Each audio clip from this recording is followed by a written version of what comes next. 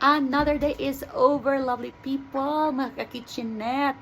Dito na si tatay, pag-uwi ng bahay. Maulan-ulan na hapon dito sa Sweden. Silipin natin ang kanyang niluto again. Midweek tacos. Usually we have it either Tuesday or Thursday. Ngayon, Miyerkules pa lang.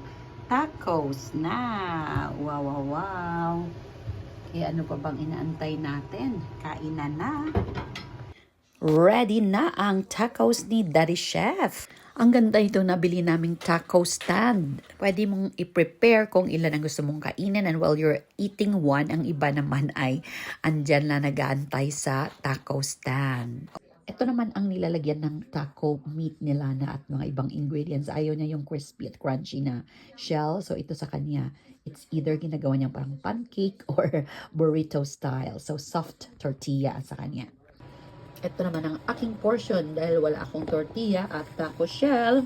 Bawi ako sa gulay. Dinamihan ko ng kamatis, onion, ayan o, purple and white onion, pipino, cucumber, at meron pang blanch na talong. O, diba yan ang ating taco meat.